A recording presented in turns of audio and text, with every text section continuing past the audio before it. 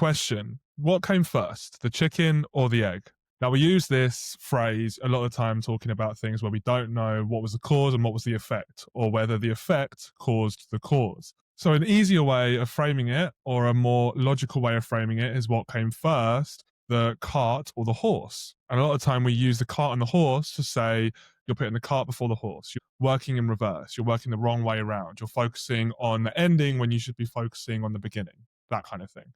You're focusing on the effect when you should be focusing on the cause. Now, this is useful when framing careers, in my opinion, because I actually think that when it comes to career progression, it is useful to put the cart before the horse. But a cart can't pull a horse, you might say. Fair enough. Well, one of the most important and the most useful pieces of advice that I ever got was from my line manager in my first job.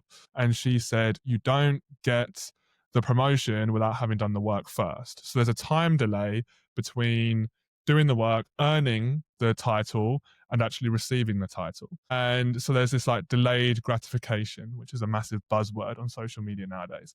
You don't get the title without having already done the work to earn that title.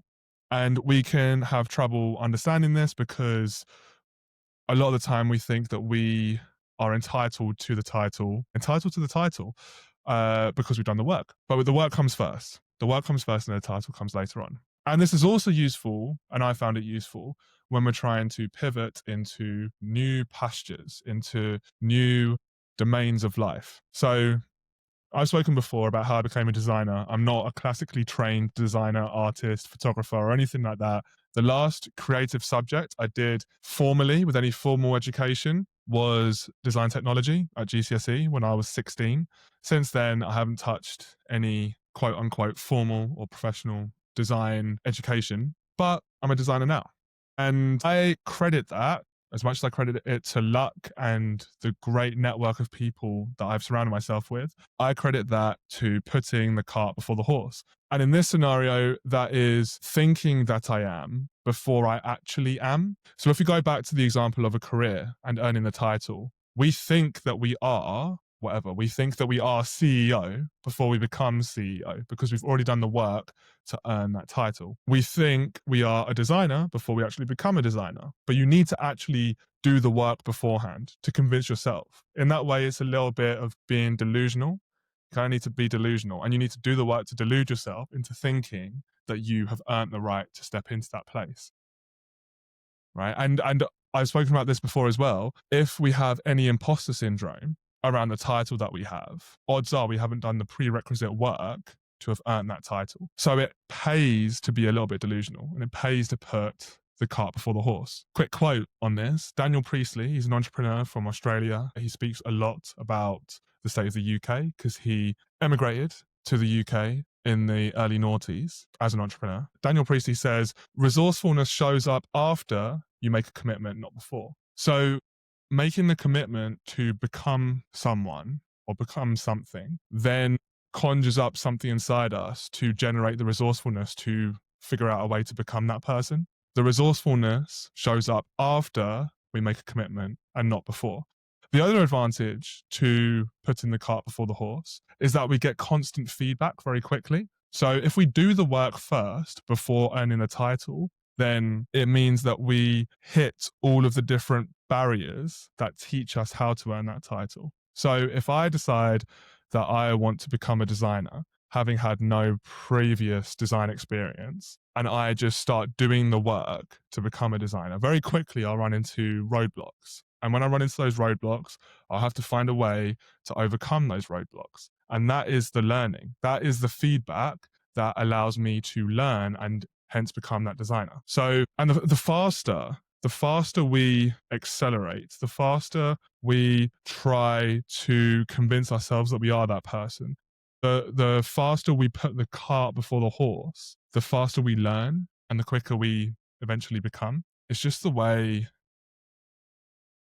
things happen. There is a time delay between doing the work and earning the title that the work provides. There's a book called Tiny Experiments by Anne-Laure Lecomte. I hope I'm pronouncing that somewhat right.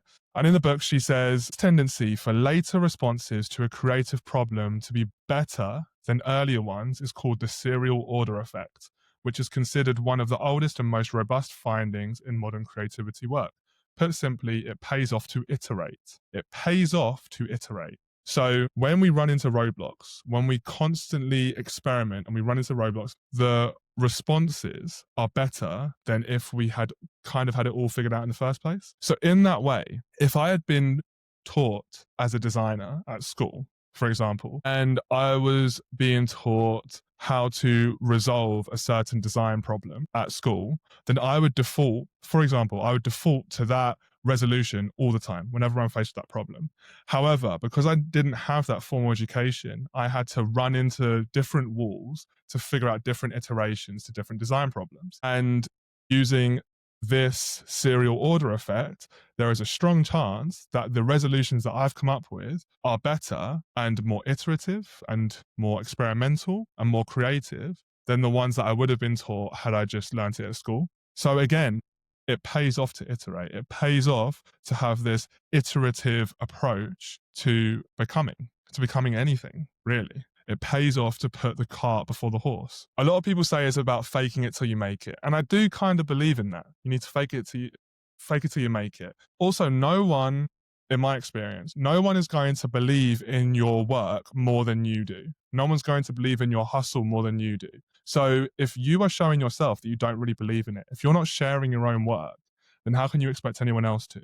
The absolute max amount of support that any individual person is going to show you is always going to be less than the amount of support that you show yourself. So you need to behave like that person to become that person. You need to behave like your work is the absolute dog's bollocks to have any chance of getting supported externally. It's just the way it works. You need to support yourself before you actually feel like your work is worth supporting. You need to fake it till you make it. You need to delude yourself. But it's cyclical. If you delude yourself into thinking that your work is the absolute best, that it deserves to be in the Museum of Modern Art and nothing else will do, then you will end up creating work that deserves to be in the Museum of Modern Art because you can't delude yourself forever, right? Fake it till you make it it's an old thing. It's a cliche, but it is also one of the best ways of doing it. Daniel Priestley, again, this is more in terms of your network. So Daniel Priestley says the best way to rapidly grow your network is to become part of existing trusted networks and then show up consistently with a view to be of service. So there's a cause and effect here. The effect is growing a network, and the cause is servicing an existing network, right? Now we might think this makes sense when I say it out loud like this, but a lot of the time I think we believe that we need to have the network first in order to provide a service to it. It's I would if only I knew the right people, right? But actually, in order to know the right people, you need to provide value that those people would appreciate. That's just the way it works. You need to put the cart before the horse. A lot of people want to be the noun without doing the verb. You need to do the verb to become the noun. And whether the noun that you're looking for is the most supported, the most adored musician in the world, you need to do the work to become that musician. And guess what that work is? You need to believe that your work is the best, for one. So there's a belief thing. No one's going to believe it if you don't, fundamentally. But you also need to create great work and you need to put it out there. And you need to do what an artist who is supported and adored by everyone would be doing, which is promoting their own work, which is putting it out there, which is showing up daily to put work out there. Always being in the studio, for example. When I was trying to be a designer, I was thinking, right, what would a designer do? A lot of the time, it would be something which I naturally want to do. It would be like going to libraries, going to bookshops and reading up on design. It would be designing every day, even on the days that you don't want to. Because guess what? People who are designers as a full-time job, there'll be some days where in your full-time job, you don't want to work, but you still have to. That's what a designer does. So that's what I was doing outside of the 9 to 5 that I had. You need to put the cart before the horse. You need to do the work before earning the title that the work earns. Okay? The work earns the title. You need to do the work first. We all need to do the work first. I realize that this episode has been more of a rant than a podcast episode, and I apologize for that.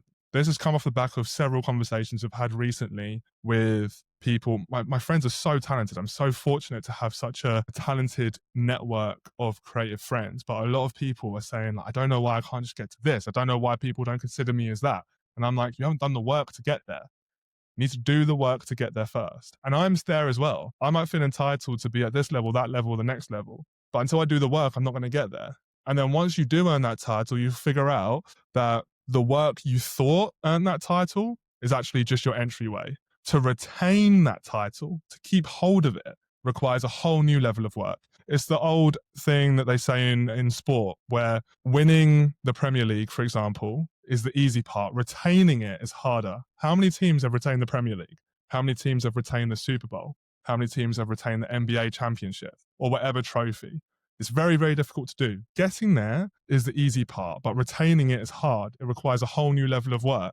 So if I want to become a creative director, getting there will be easier than remaining there because it's a whole different level of work that only comes when you do earn the title, right? So you can do all the work to get there, but getting there and staying there are two different things. To get there, we need to put the cart before the horse. And to stay there, it requires a whole new level of work. Again, it's putting the cart before the horse, but instead, the title that we're trying to get to is I've been a creative director for 2 years, 3 years, 10 years, or whatever. In the context of sport, the title is I'm a back-to-back champion. I've won back-to-back championships. I've done a three-peat, for example. That's the title that you're striving for, not just winning the thing, not just getting there. So there's two sides of the cart and the horse. And it's always about putting the cart before the horse. You need to put the cart before the horse to get the title. And then you need to put the cart before the horse again in an entirely different way to retain that title. And you need to constantly put the cart before the horse in new ways to constantly retain that title. And I think it pays to have that feeling of striving every day. It's never deserved, it's always earned. And you need to do the work to earn it all the time. Another little rant at the end there. I hope you don't mind. Please forgive me. But again, it's just conversations I've been having a lot recently that I really need to get off my chest. And I think it's important to talk about. And also, this is more of a note to self. This is something that I'm learning as I go along, as I progress through my career as well. So with that, I hope you have a great rest of your day. Hopefully this has fired you up somehow. It's definitely fired me up. Thank you so much for listening, for watching, for supporting. Please make sure that you are subscribed, that you follow on whatever platform you're on, that you like this if you liked it. If you really liked it, please share it. Please give it to someone. Please send it to someone that you think would benefit from this message.